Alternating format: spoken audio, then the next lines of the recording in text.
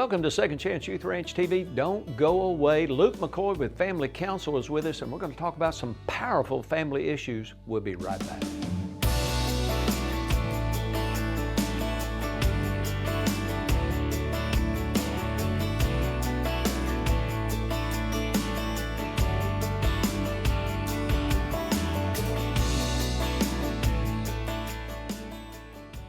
Welcome to Second Chance Youth Ranch TV. I'm your host, Perry Black. On this show, we have a very special guest from Family Counsel, Luke McCoy. So welcome to Second Chance Ranch TV. Thank you, Pastor Black. Thank you so much. Now, Luke, I asked you before we started here, if you knew anything about fostering, mentoring, or adopting, and you've not done any of those things really, but you have a couple of kids. Four of them. I'm part of the 4-kid club. Yeah. A lot of people at Family Counsel have 4 kids. Yeah, Jerry, my daughter, Sharice, one of my daughters right here in Bryan has 5, so my heart goes out to you. So tell me a little bit about you. Where'd you grow up? I was born in Missouri. I was born in Missouri. Show me State. No, I wasn't born in Show Me. I was born in Malden. Where were you born? Well, I was using the state nickname, I but know anyways, the nickname I was born in Warrensburg, Missouri. Where is that? January 1st, 1984. All right, I know where, everybody knows where Branson is in Springfield. I was born in southeast, down around Cape Girardeau, Malden, Missouri. Where were you in relation? I think it was between Kansas City and Branson. I was about a couple hours maybe south of Kansas City. North of Columbia. Correct. Well, no, it'd be southwest of Columbia, Missouri. Oh, so okay. I've still got family in that area actually, but my parents lived there for a year and a half. My dad really wanted to start a church of his own, and so I had to ask him, I guess, but for whatever reason, God led him to Central Arkansas, to Sherwood specifically, and so that's where I grew up most of my life. I've lived in Central Arkansas for, literally all of my life except for about 2.5 years. Yeah. And so I love Arkansas, call Arkansas home, and I love this state. So did he move to Central Arkansas to pastor, or what? Correct. Yeah. So he moved to the North Little Rock area. We attended a church out in Jacksonville, and I think he had made arrangements with that church to start another church in the city next to Jacksonville, Sherwood. And so a handful of families from that congregation and one out in Little Rock area, Southwest Little Rock actually, decided to form a small congregation in Sherwood, and it was called Community Christian Church. And he pastored that up until about 2017, and that church merged with another church in Sherwood. But you go to church somewhere in North Little Rock. Correct. I go to Levy Church of Christ. So you're a Christian? Supposedly. Is that what you're trying to tell me? Yes. I grew up non-denominational, instrumental. Yeah. And so, but my wife is very close to her church. Yeah. It was kind of odd. You're a pastor's kid, and you have to go tell your parents, hey, I'm going to go to church with my wife. Yeah. Instead of going to church with you all. But my dad simply said, look, you are one with your wife. Yeah. You all need to figure it out. It's y'all's decision. They're just happy I go to church. Yeah. At a Bible-believing evangelical church. You. So he's like, hey, I'm just glad my kids are in church and believe in the Lord and fear the Lord and so on. But yeah, I'm married, been married for maybe 17 years this October. My beautiful wife, Lindsay, and I, we have 4 children. Does she work outside the home? She has a business outside the home, yes. Yeah. It's more of a part-time gig. She owns a gymnastics gym in Sherwood. Oh, cool. So she's been doing that since about 2013. Oh, back in the day, you mentioned Southwest Little Rock. Some of you that are watching that know the history of Southwest. I worked at Lucher Southwest Auto Supply and Paint. I delivered paint all over Central Arkansas for automobiles and body shops. And right over by Levy Church of Christ was a barbecue place. I think it was called, I don't know, it had big old barbecues about that big. There used to be, I think, a Sims or something like that. Well, I know the Sims family, Sims Barbecue, but some of the best barbecue in Central Arkansas. And of course, I rode my route every day dropping off auto paints, and I frequently did there. So I drove by that church that you attend. I drove by there frequently. Somebody recently gave some property to Second Chance Ranch, so it's right in that same community. And a tornado went not too far from y'all in Burns Park. That's not too far away. Correct. No, there's some of our members at Levy Church of Christ, 2 or 3 pretty much lost their house or suffered extensive damages. Fortunately, thank God, no one was really significantly hurt. But our church, along with lots of other churches and other extracurricular groups, were there to help out, and it was real encouraging to see the body of believers come together and help one another out. I think we see that in Acts 4 where Christians are taking care of one another. So it's very encouraging to see that. So tell me, where'd you go to high school? Went to North Pulaski High School, which is in Jacksonville. North. Yeah, North Pulaski. So Yeah. it's basically on air base property. Yeah, I So- spoke there years ago. Oh yeah, a lot of people don't know the air base has a third entrance. It's just it's not open hardly. When But did you graduate? 2002. Yeah. I spoke there in about 1992 or 1993. Wonderful student body. Some of the faculty knew me from other schools that I spoke in. So anytime I hear of a school, I always think about, I spoke there in such and such year, and then I see them on the sports at Friday night football, and I kind of keep up with all that. So what about college? Did you make it to college? Did 1 year in private Christian college Where up was in that? Central Missouri, Moberly, Missouri. It's a Central Christian College of the Bible. It's where my parents met. Yeah. It's where one of my older sisters went and graduated and got her MRS degree, or she found her husband.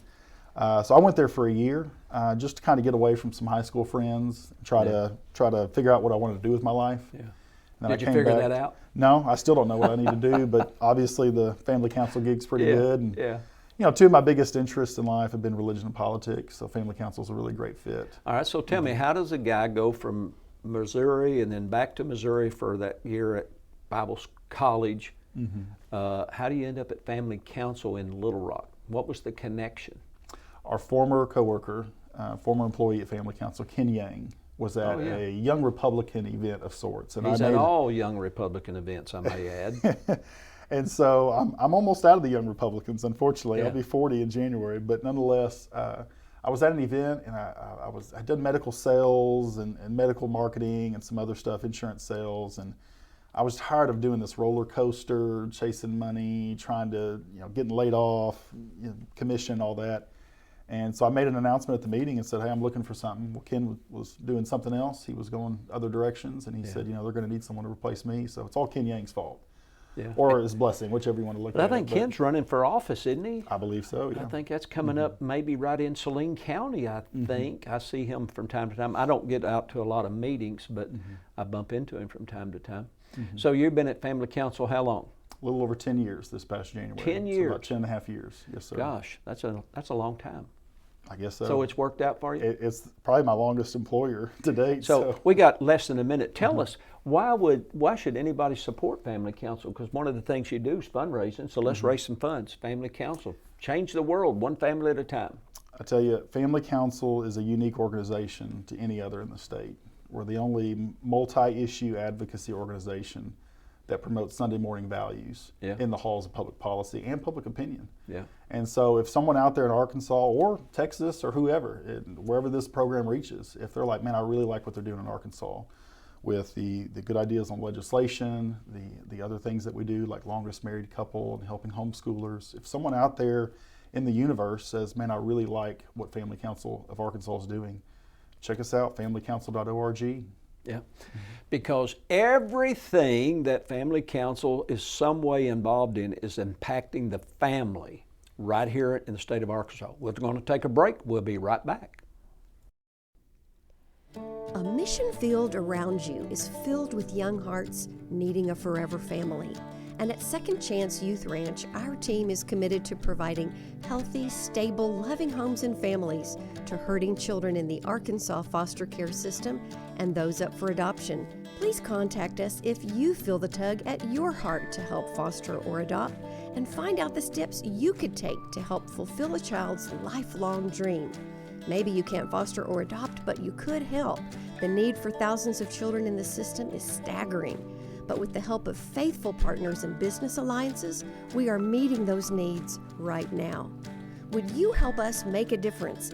Every gift, regardless of size, impacts a child's life directly and helps provide for a home in the gap right now. Visit the Second Chance Youth Ranch website at 2CYR.org to read more, watch the stories, and to make a contribution for a hurting child's care. Monthly partners are needed, so please contact us right away. And as you partner with this ministry, you are partnering with the Heavenly Father that has promised to be Father to the fatherless. God bless you for helping Second Chance Youth Ranch. Welcome back to Second Chance Youth Ranch TV. As you know by now, I'm Perry Black, and our special guest that maybe you don't know yet is Luke McCoy with Family Council. Some sometime, 2 or 3 times a year, we have to try to have Jerry Cox in, and we talk about legislative issues in the state of Arkansas. And I always like to address this, Luke, and I'm going to let you have the opportunity to address it. When someone who's watching on a Christian network says, "Why are y'all involved in politics?" You want to address that? Why should any Christian care what's happening at the Capitol or at the mayor's office? Yeah. Well, there's a verse in the Bible that talks about, "In everything you do, glorify God." Mm-hmm. And I see no reason why the State House, the City Hall, those areas of where politics and public policy and law intersect, I don't see any reason why we shouldn't have people of faith. Oh, so you think you're a citizen and you have a right to vote and be involved in the social issues? I kind of think, yeah. We're commanded to be in the world, but not of the world. Yeah. And so we can't isolate ourselves and find a small nook in the state and stay in it and just keep our values to ourselves. Yeah. So I think there's a lot of parallels in Scripture that deal with going out and promoting that which is good, that which is pleasing to the Lord. And so I don't know that there's anything really where people of faith shouldn't be. I hear people talk about, well, we need good Christian lawyers, we need good Christian teachers, Sure we need good do. Christian fill in the blank. I mean, I kind of think God's light needs to shine everywhere. Yeah, we're supposed to be salt of the earth, right? And Jesus said, I grew up on a farm, so I relate to this. He said, salt, when it has lost its saltiness, is fit for the dunghill or the manure pile. So my wife, like most wives, say, honey, don't salt your food before you taste it. So, but even when I salt my food, I don't just pour it out in one spot. I sprinkle it over the whole thing. And as salt, God wants to sprinkle us through our communities and through all parts of our society, which includes the legislative, what we call the church side, the school side, and the political arena. If good people do nothing, bad people will get away with everything, won't they? I'm afraid so. I've thought about what if family council wasn't here. Yeah. I'd like to think someone else would stand in the gap and do some of the things that we do. And so very thankful for how family council came about, not only the opportunity it's given me, but just the opportunity it gives Arkansans to know what good public policy, ideal public policy is, among all the other things that we do that are not really legislatively related. Yeah, because we're not really asking the government to give a special favor. We're just asking the government to acknowledge the rights that God gave us, right? Yeah, treat us fair. Yeah. Let us do what we need to do and what we want to do without affecting other people. And so it really, if people would just stop and understand and maybe take some time to hear both sides, especially hear our side, I think they'll find it very common sense. What do you think about the guy that lived a perfect life, and they criticized him, accused him of being born illegitimate, they accused him of all kinds of issues, and then they nailed him to the cross? And he was perfect. Mm-hmm. So we, as followers of Jesus Christ, we have a responsibility to be engaged, and everybody's not going to like that. I'm always fascinated, and this was a kind of a paradigm shift in my thinking, is why did they crucify Jesus? He never robbed a bank, never raped anybody, wasn't a pedophile. All he did was good, went about doing good. And all we are asking, and what family council is all about, is trying to do good, right? Yeah. Well, I think the apostle told the Israelites that day, he told them what to do because they asked. They said, brother, what shall we do? Yeah. And Paul told them. Yeah. Paul or Peter, I forget which one, but nonetheless, I'm glad for their repentance, if you will, or their come to Jesus meeting after the fact. But I'm just really encouraged about what Family Council is doing. I'm looking forward. I mean, we are literally on a lot of these issues, Pastor Black. We are kind of leading the fight. We're the tip of the spear. Yeah. It's challenging, but it's a pleasure. Yeah, I personally don't have time to be at the Capitol all the time. I've got a school and a ranch and a church to care for, but I need somebody at the Capitol working on my behalf as a citizen and as a Christian. And I just tell you, the few times I've been to the Capitol, you know who I run into? Jerry Cox, Sharice Dean, and I saw you in the cafeteria with them just very recently. When we were there, I think it was either over the Foster Care or the Learns Act, one of the two. So we need representatives at the Capitol, because if Family Council is not there working on behalf of God-given freedoms and rights, other people are there working for things that are contrary to what we all believe as Christians. Is that pretty much true? Yeah, one of the things Jerry told me early and often was the asphalt pavement folks have a person there. Yes, they do. These random interests that are very secular. I mean, some of them, innocent as they may be, nothing evil. There's over like 500 groups, organizations, causes that are represented at the Capitol. Yeah. Why not people of faith? Yeah. I mean, we might be one of the largest groups of people there is collectively for one issue. Why not have someone there Yeah. that represents? Pastor Black, thank you for what you do. I can't be at your school. Yeah. I can't be at your ranch. Thank you for what you do. Yeah. And so it's not much different from lots of other benevolent, Christian causes. There's a gap here when it comes to good public policy and some of the other things we do. And so we stand in that gap, you stand in that gap, and other people of faith stand in their gaps. So. Yeah, and so do you. And that's why this show's on the air, because if you only observe and don't do, there's this guy that we referred to earlier. Remember this guy, Jesus, we talk about occasionally? Mm-hmm. He said, a wise man hears the word and does it. He digs deep and he builds his house on the rock. A foolish man hears the same word but doesn't do anything. See, it's time to get out of the bleachers and get on the field and get your hands dirty, because there's a lot going on in our society. We got a minute and a half. What's happening right now at the Capitol that you want our viewers to know about that's happening in 2023 that we need to be engaged and prayerful about? Well, the legislative session has ended, so some people might think that's a good thing when the legislature goes home. But the legislators think so. Yeah, but here's what we have to do at Family Council. We have to review the bills that we helped pass. Yeah.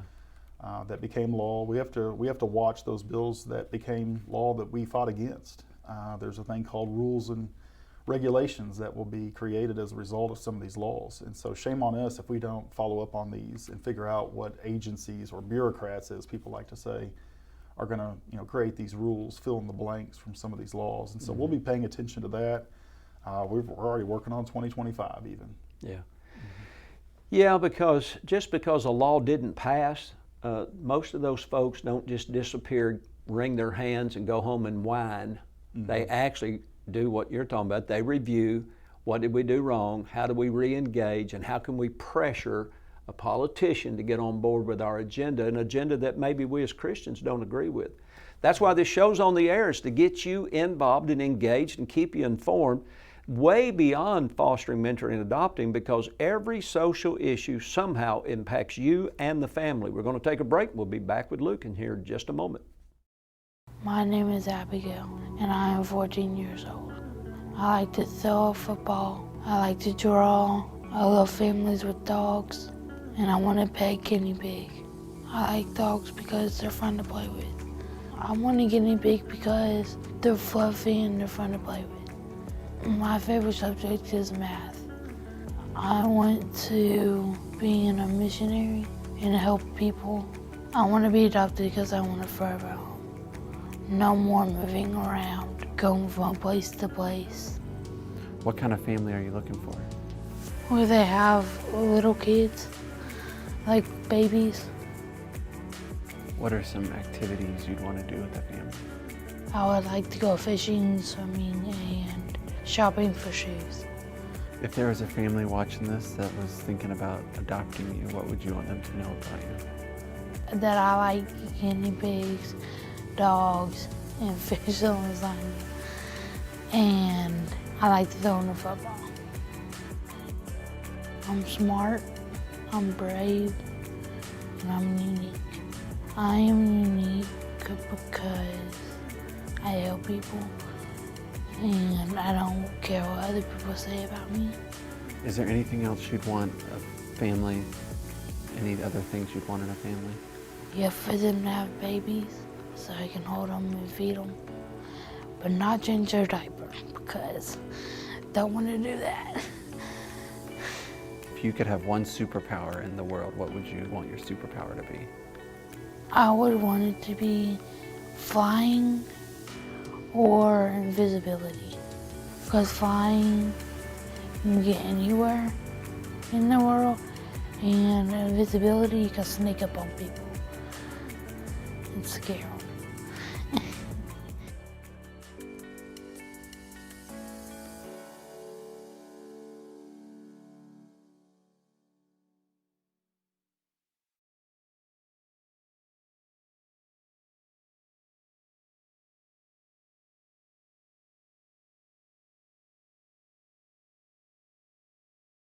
Hey, welcome back to Second Chance Youth Ranch TV. I'm your host, Perry Black, and I always say this, if you've ever watched the show, coming back into this last segment, I know the Project Zero videos where you're actually able to see and hear precious little ones looking for a forever family. I know that touches your heart. That's why we show them, because those children need a family. And if you or someone in your church would be gracious enough to contact us, we will help walk you through how to become a forever family or a foster parent or even a mentor or someone to just come alongside and support what we do. Our special guest on this show with Family Counsel is Luke McCoy. It just so happens Luke's been married a day or two, and he's got 4 kids. And recently, Luke, the LEARNS Act was passed in Arkansas. It's now been challenged, and it'll be going to court. They'll be wrestling over that. But you've got 4 kids. Why should any parent, even like yourself, be concerned about what's happening in our society and about maybe should a parent have the right to choose where their child attends school? What's your thoughts on that?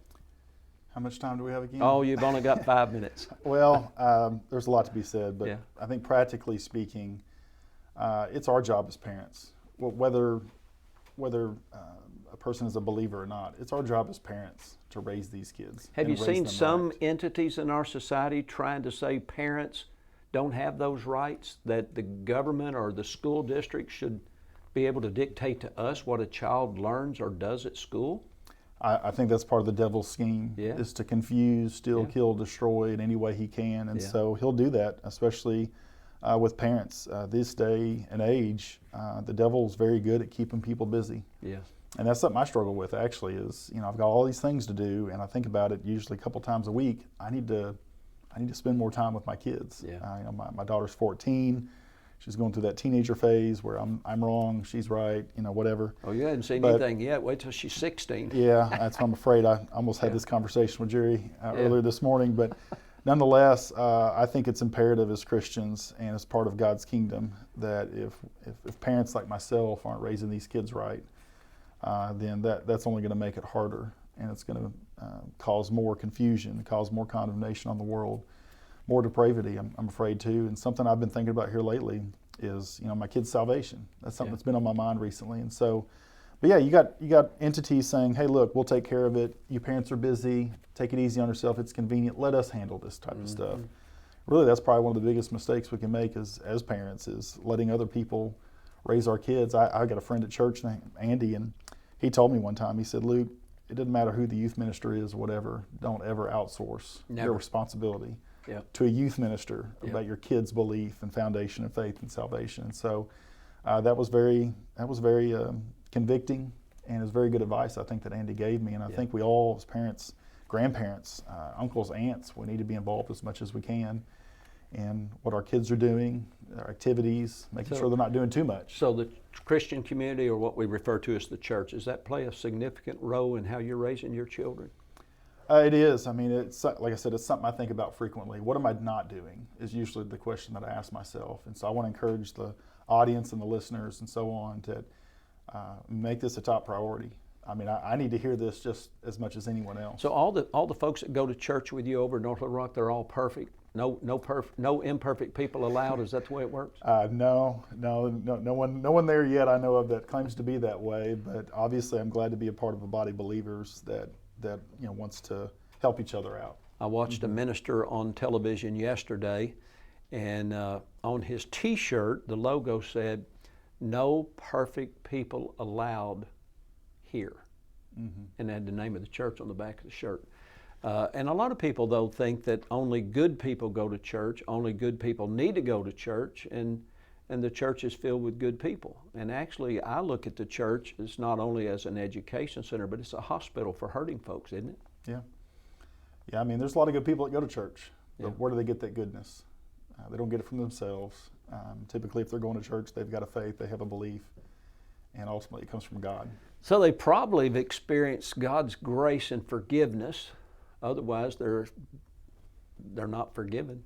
And there's no way you can be what God created you to be unless Jesus Christ lives in your heart.